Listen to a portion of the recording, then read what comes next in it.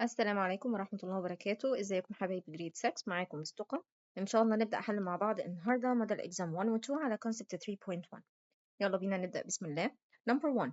Water vapor that is present in air changes into space when it hits a cold water bottle.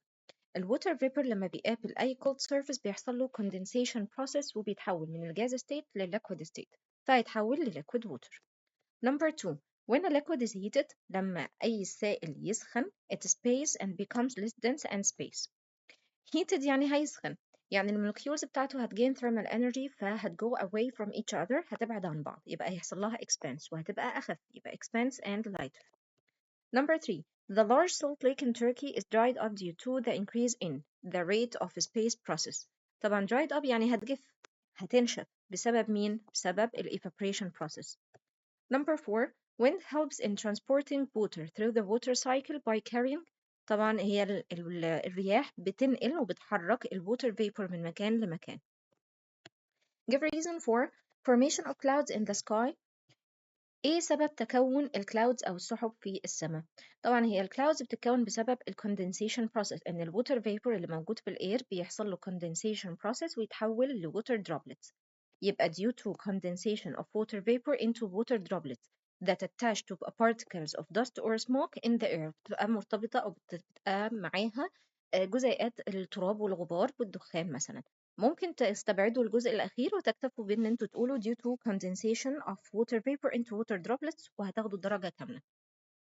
Write the scientific term. Number 1. The cycle that involves the continuous movement of water from different water bodies to the atmosphere, then falling back to earth in the form of rain, sleet or snow. طبعا احنا عرفنا الإجابة من أول كلمة أصلا، ده cycle، يبقى عندنا الإجابة مين؟ The water cycle. Number 2. It's a form of evaporation that takes place through stomata which is found in plants' leaves. Evaporation وفي الplants يبقى اسمه إيه؟ Transpiration.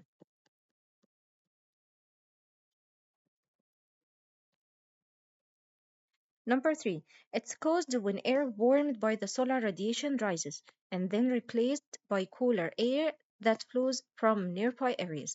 السؤال ده مهم جدا لأن في طلبة كتير بيقعوا فيه ويقولوا إن هو الconvection. فهي غلط، هي it caused when air warmed by the solar radiation rises and then replaced by cooler air. يعني ايه دي اللي بتتكون دي الwind.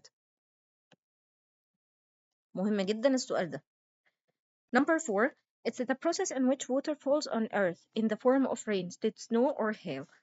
Falls on earth يعني هتسقط على الأرض، يعني المطر. الهطول يبقى هنختار مين؟ precipitation.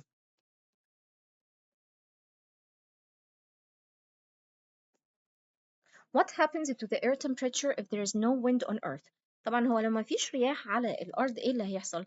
الريجنز أو الاريا اللي موجودة قريب من الأكويتور become extremely hot، هتبقى حر شديد جدا، والبولز هتبقى completely freeze. يبقى the regions around the equator become extremely hot and the poles will completely freeze. True or false? As air is warmed by the sun the air falls down. يعني الهواء هيسخن يبقى هينزل تحت ولا هيطلع لفوق؟ طبعا هي مش falls down يبقى false. Rains fall and collect in oceans by the effect of gravity force. Falls يعني هتنزل لتحت، rains fall هتنزل لتحت. طبعا أي حاجة أصلا بتنزل من فوق لتحت ده بتأثير الجرافيتي يبقى true. Number 3. Water comes out from stomata to the air in the form of water vapor اللي هي transpiration process. True.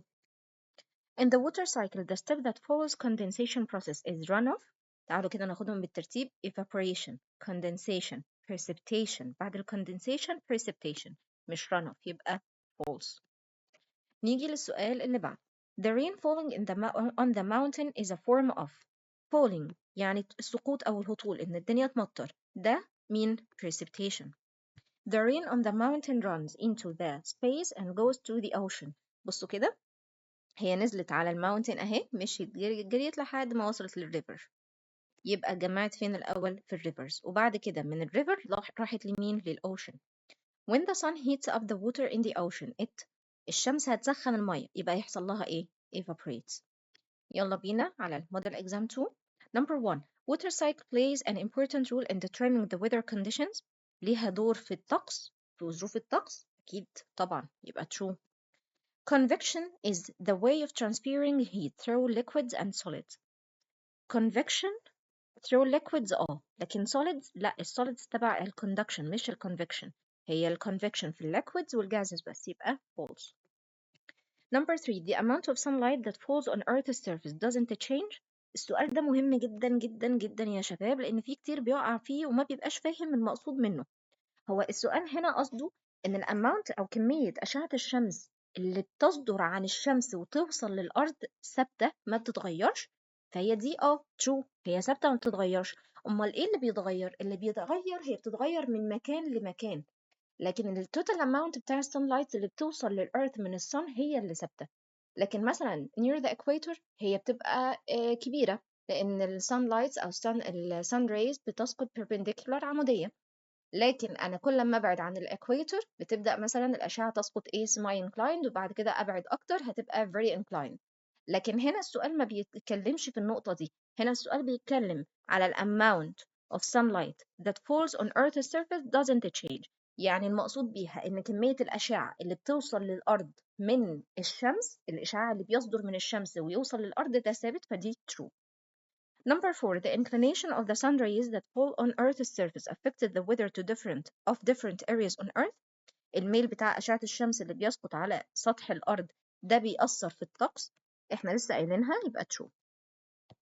Give reason for about 10% of water vapor in air comes from plants. طبعا لأن البلانتس بتعمل evaporation، بس ما بنقولش عليه evaporation بقى، بنقول عليه ايه؟ transpiration. يبقى due to transpiration process which happens by plants. نيجي للماتشنج condensation. هختار ايه للcondensation؟ water vapor rises up to the atmosphere and then cools into water droplets، يبقى letter D. evaporation اللي هو التبخير، the heated water evaporates، يبقى C. precipitation اللي هو الهطول، يبقى water falls on earth's surface، يبقى B.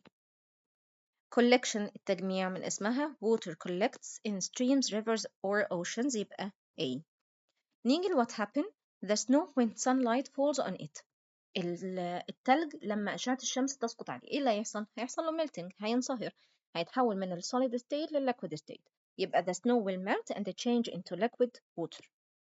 نيجي للسؤال اللي بعد كده look at the following figure then answer the questions.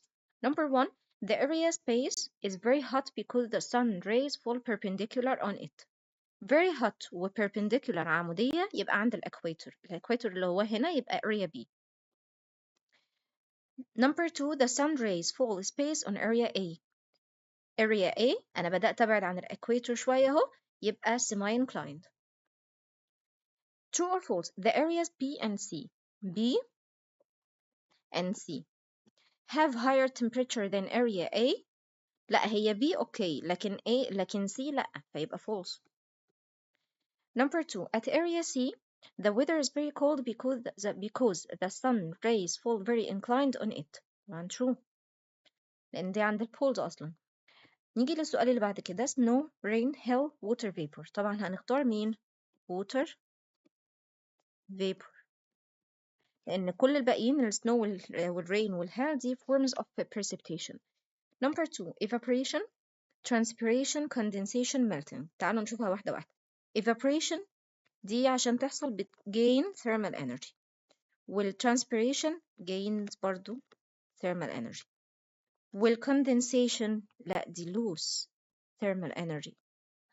أمال melting gain، يبقى هنختار مين؟ هنختار condensation.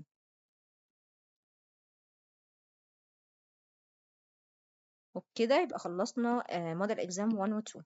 يا رب تكونوا استفدتوا من الفيديو، ولو استفدتوا من الفيديو ما تنسوش تشتركوا في القناة وتفعلوا الجرس عشان يوصلكوا فيديوهاتنا أول بأول. أشوفكم الفيديو الجاي إن شاء الله. السلام عليكم ورحمة الله وبركاته.